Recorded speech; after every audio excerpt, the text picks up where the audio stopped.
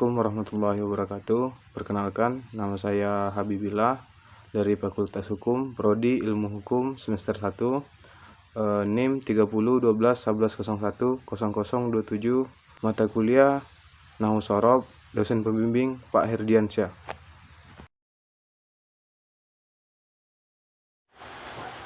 Assalamualaikum warahmatullahi wabarakatuh.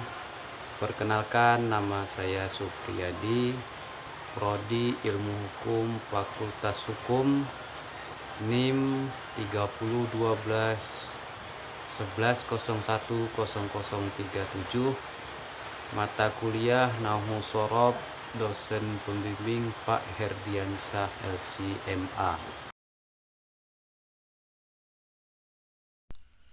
Assalamualaikum warahmatullahi wabarakatuh.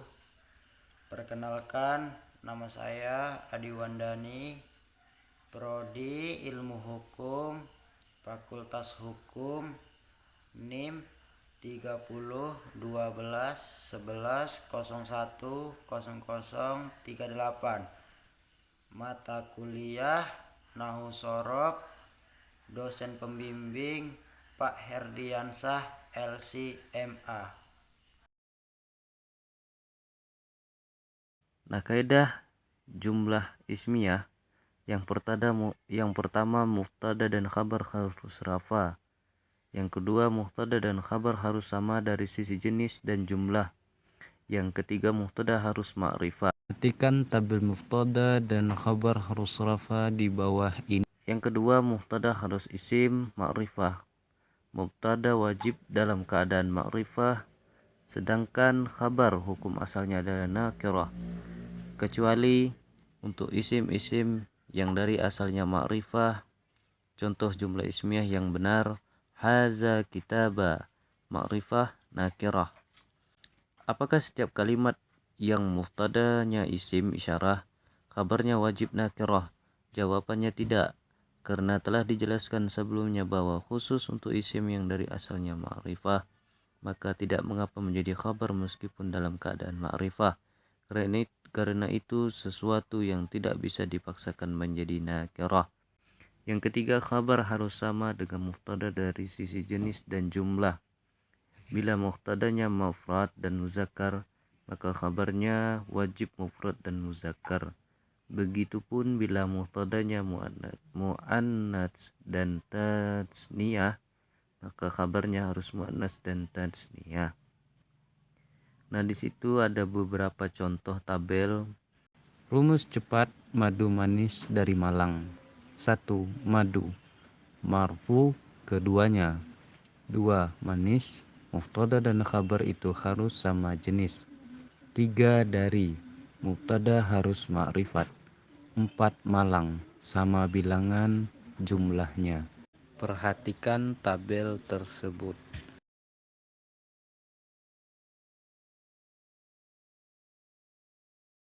Perhatikan contoh-contoh kalimat sebelum semua mubtada dan khabarnya berharakat dhammah.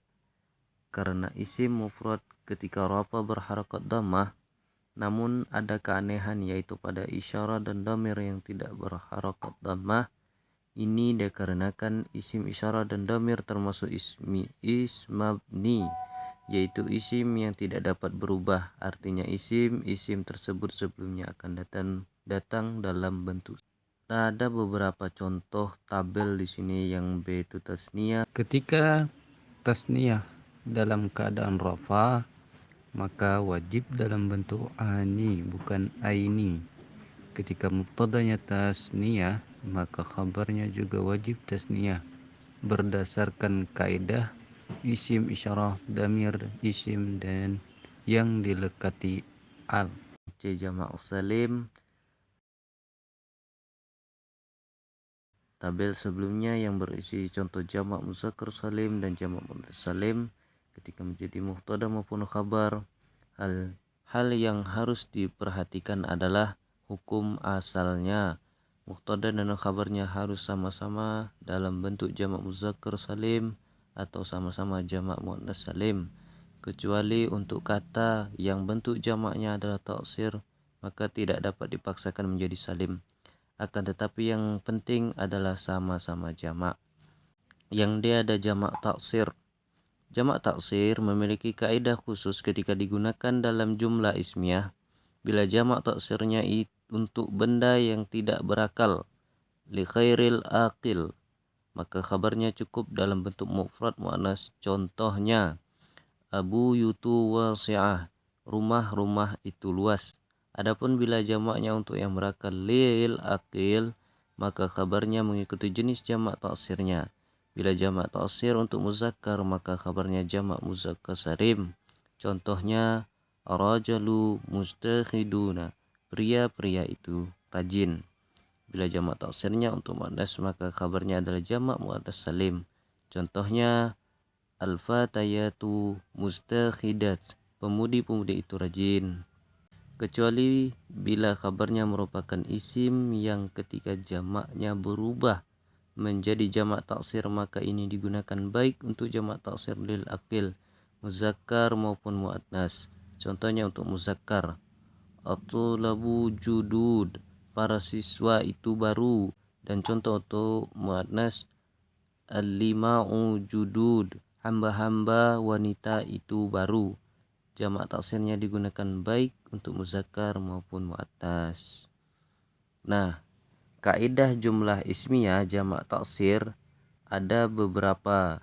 Yang pertama, bila mubtada jamak taksir lil khairil aqil, maka khabarnya mufrad muannas.